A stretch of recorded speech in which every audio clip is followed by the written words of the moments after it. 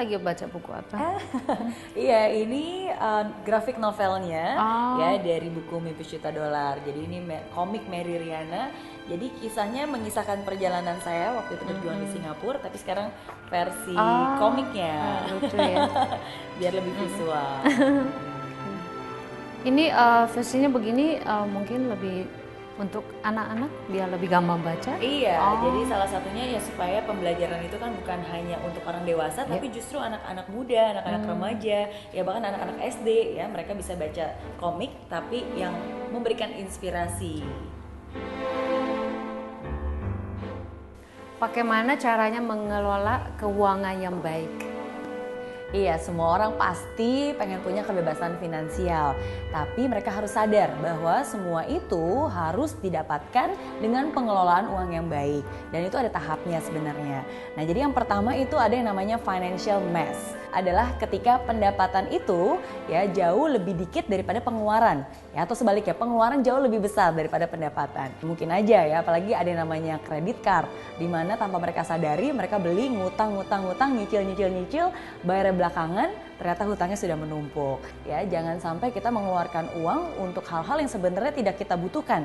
Lebih parah lagi dengan menggunakan uang yang sebenarnya kita tidak punya. Nah, jadi ini yang di awal kita harus bisa disiplin, dan yang kedua, nah uangnya harus kita simpan untuk keamanan finansial kita sendiri. Nah, yang kedua itu namanya financial security. Setidaknya kita harus punya uang simpanan, ya. Jadi 6 bulan untuk bisa menghidupi kehidupan kita sehari-hari. Jadi disinilah saatnya dimana Anda membuat uang Anda bekerja untuk Anda.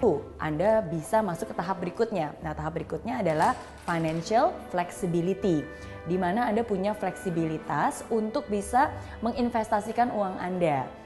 Nah, jadi disinilah saatnya dimana Anda membuat uang Anda bekerja untuk Anda lewat berbagai macam cara ya. Jadi bisa investasi lewat properti, atau mungkin di perbankan ya, atau mungkin berbisnis. Jadi apapun pilihan Anda bisa fleksibel.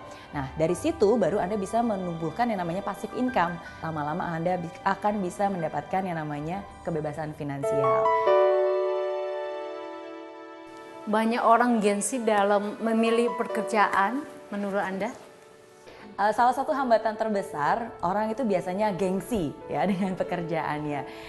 Menurut saya kerja itu bukan untuk gaya-gayaan, tapi saya bekerja untuk berjuang, untuk mimpi saya, untuk hidup saya.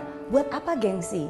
Asalkan pekerjaan itu halal, saya kerjakan dengan sungguh-sungguh. Ya, dan akhirnya dari kesungguhan itulah muncul kesuksesan-kesuksesan kecil yang akhirnya membawa ke kesuksesan besar.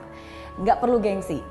Ingat pesan saya, gengsi itu nggak akan pernah membawa kita sukses. Tapi orang sukses itu pasti bergengsi. Perlukah sistem pendidikan diubah agar mampu menjadi entrepreneurship yang andal? Nah, kalau bicara tentang pendidikan di Indonesia, ya pastinya sejalan dengan perkembangan waktu, itu pun juga harus diupdate. Nah, maka dari itu yang saya lakukan adalah daripada kita mengkritik, ya lebih baik saya melakukan sesuatu. Dan akhirnya saya dirikan Mary Riana Learning Center. Disinilah saya mengajarkan pendidikan karakter khususnya untuk anak-anak remaja usia 9-19 tahun. Karena menurut saya yang penting bukan hanya pendidikan formal, tapi life skill. Nah, apa itu life skill? Life skill itu ada dua hal. Jadi yang pertama adalah personal mastery, bagaimana mereka bisa punya mimpi, punya tujuan, punya kedisiplinan diri, bisa memanage kreativitas mereka, ya, bisa mengambil inisiatif. Nah, itu hal-hal yang memang kita ajarkan. Nah, yang kedua adalah people mastery. Ya, bagaimana mereka bisa menggunakan kecerdasannya, bekerja sama dengan orang lain, bersosialisasi, membangun network, public speaking, ya, berbicara di depan umum dan seterusnya. Kita bangun kembali karakter anak-anak muda yang bukan cuma cerdas pikiran, ya, tapi juga punya kecerdasan hati. Bukan hanya book smart, tapi juga street smart. Nah, jadi yang saya selalu bagikan itu cuma satu, harapan. Ya, harapan itu gratis, tapi tidak semua orang bisa menemukan harapannya. Dan ketika saya bisa membagikan harapan itu, orang itu bisa menciptakan keajaiban bagi dirinya sendiri. Sebutkan 5 tips. 5 tips sukses ala Mary Riana untuk para pemirsa. Yang pertama adalah berani bermimpi besar. Apapun juga, berapapun umur Anda, milikilah sebuah mimpi, karena titik awal sebuah keberhasilan adalah sebuah impian. Nah, yang kedua, berani mengambil langkah pertama. Ya, jadi jangan hanya punya mimpi yang besar, tapi ayo ambil tindakan. Kecil nggak apa-apa ya, tapi terus-menerus dilakukan. Jangan menunggu Anda ahli dulu baru memulai, tapi memulailah maka Anda akan menjadi ahli di bidang tersebut. Nah, yang ketiga itu Anda harus bisa melangkah dengan cerdas. Memang harus berani, tapi ingat berani itu bukan berarti nekat. Ada yang harus diperhitungkan, ada yang harus direncanakan ya. Jadi melangkahlah dengan cerdas, pelajari strategi-strategi orang yang sudah berhasil ya, dan lakukanlah hal tersebut. Yang keempat itu melangkahlah sampai tuntas. It's not about how you start, but it's about how you end.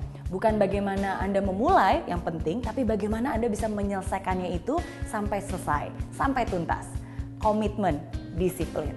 Nah, yang kelima adalah melangkah dengan ikhlas. Selalu bersyukur apapun yang terjadi, dan apapun juga kepercayaan Anda, sertakanlah selalu Tuhan dalam kehidupan Anda sehari-hari. Karena manusia hanya bisa berusaha, tapi Tuhanlah yang menentukan. Ingat, hidup itu adalah sebuah ujian. Setiap hari kita diuji. Di saat kita susah, kekuatan hati kita yang diuji. Tapi di saat kita sukses, kerendahan hati kita lah yang diuji. Jadi harus selalu yakin dan selalu rendah hati. Dan ingat, kalau saya, Mary Rena Saja Bisa, saya yakin dengan doa dan dengan usaha, Anda semua pasti bisa. Terima kasih ya atas waktunya, sukses selalu. Terima kasih.